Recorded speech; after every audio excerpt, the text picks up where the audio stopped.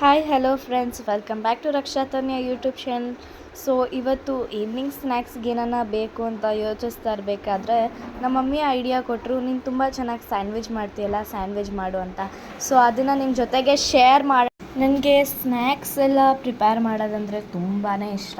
ಅದರಲ್ಲೂ ನಾನು ಮಾಡೋ ಸ್ನ್ಯಾಕ್ಸಲ್ಲಿ ಫೇವ್ರೆಟಾಗಿ ನಮ್ಮ ಡ್ಯಾಡಿ ತಿನ್ನೋದಂದರೆ ಅದು ಸ್ಯಾಂಡ್ವಿಚ್ ಒಂದೇ. ನಾನು ಮಾಡೋದು ಬೇರೆ ಏನು ನಮ್ಮ ಡ್ಯಾಡಿ ಟೇಸ್ಟ್ ಕೂಡ ಮಾಡಲ್ಲ.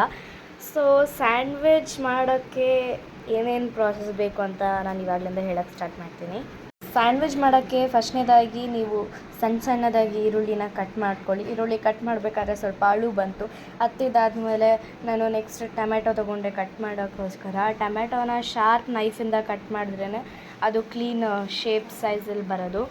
ನಾನು ಎಲ್ಲನೂ ಮೀಡಿಯಮ್ ಸೈಜಲ್ಲೇ ಕಟ್ ಮಾಡಿಕೊಂಡೆ. ಟೊಮ್ಯಾಟೊ ಆಗಿರ್ಬೋದು, ಆನಿಯನ್ ಆಗಿರ್ಬೋದು.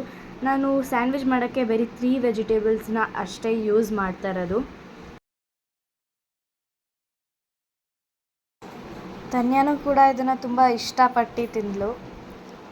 ಸೊ ನಾನು ಇದಕ್ಕೆ 2 ಆನಿಯನ್ನ ಮತ್ತು 1 ಟೊಮ್ಯಾಟೊ ಹಾಗೆ 2 ಕ್ಯಾಪ್ಸಿಕಮ್ಸ್ನ ಕಟ್ ಮಾಡಿಕೊಂಡೆ. ಕ್ಯಾಪ್ಸಿಕಮ್ ಮೀಡಿಯಮ್ ಸೈಜ್ ಇತ್ತು, ಅದಕ್ಕೇ ತುಂಬ ಚಿಕ್ಕದಿತ್ತು ಕ್ಯಾಪ್ಸಿಕಮ್. ಒಂದು ಮೀಡಿಯಮ್ ಸೈಜ್ ಇತ್ತು ಮತ್ತು ಇನ್ನೊಂದು ತುಂಬ ಚಿಕ್ಕದಿತ್ತು, ಅದಕ್ಕೆ ನಾನು 2 ಕ್ಯಾಪ್ಸಿಕಮ್ನ ಚೂಸ್ ಮಾಡಿದೆ.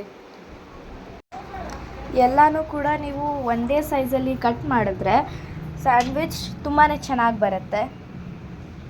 ಸ್ಯಾಂಡ್ವಿಚ್ ಮಾಡೋದಕ್ಕೆ ಸ್ಲೈಸ್ ಥರ ಮಾಡಿ ಕೂಡ ಸ್ವಲ್ಪ ಜನ ಇರ್ತಾರೆ, ಬಟ್ ನಮ್ಮ ಮನೆಯಲ್ಲಿ ಈ ಥರ ಕಟ್ ಮಾಡಿಬಿಟ್ಟು ಸ್ಯಾಂಡ್ವಿಚ್ಗೆ ಹಾಕಿದ್ರೇ ಚೆನ್ನಾಗಿರೋದು.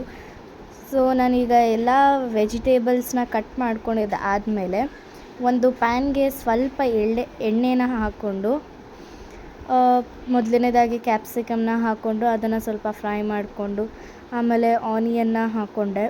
ಆನಿಯನ್ನ ಫ್ರೈ ಮಾಡಿಕೊಂಡು ಎಲ್ಲನೂ ಮಿಕ್ಸ್ ಫ್ರೈ ಮಾಡಿಕೊಂಡೆ. ನಾನು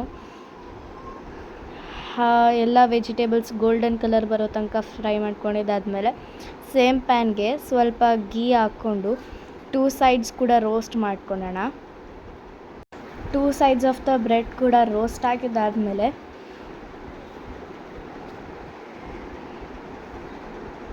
ಕೆಳಗಡೆ ಬೇಸ್ಮೆಂಟ್ಗೆ ಒಂದು ಬ್ರೆಡ್ ಹಾಕಿಬಿಟ್ಟು ನನ್ನ ಫೇವ್ರೆಟ್ ಟೊಮ್ಯಾಟೊ ಕೆಚಪ್ ಸಾಸ್ ಹಾಕಿದ್ದಾದಮೇಲೆ ನಾವು ಕಟ್ ಮಾಡಿಟ್ಕೊಂಡಿದ್ದ ವೆಜಿಟೇಬಲ್ಸ್ ಎಲ್ಲನೂ ಮಿಕ್ಸ್ ಮಾಡಿಬಿಟ್ಟು ಅದಕ್ಕೆ ಸ್ವಲ್ಪ ಉಪ್ಪು ಖಾರ ಹಾಕಿಬಿಟ್ಟು ಅದನ್ನು ಅದರ ಬೇಸ್ಮೆಂಟ್ ಮೇಲೆ ಇಕ್ಕೋಣ.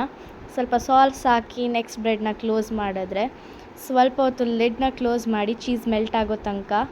ಅದಾದಮೇಲೆ ನಮ್ಮ ಸ್ಯಾಂಡ್ವಿಚ್ ರೆಡಿ. ಗಬ ಅಂತ ತಿಂದಿದ್ದಾದಮೇಲೆ ನಿಮ್ಮ ಮನೇಲೂ ಕೂಡ ಟ್ರೈ ಮಾಡಿ ಅಂತ ಹೇಳೋಕ್ಕೆ ಇಷ್ಟಪಡ್ತೀನಿ. ಹೇಗೆ ಬಂದಿದೆ ಅಂತ ಕಮೆಂಟ್ನಲ್ಲಿ ತಿಳಿಸಿ.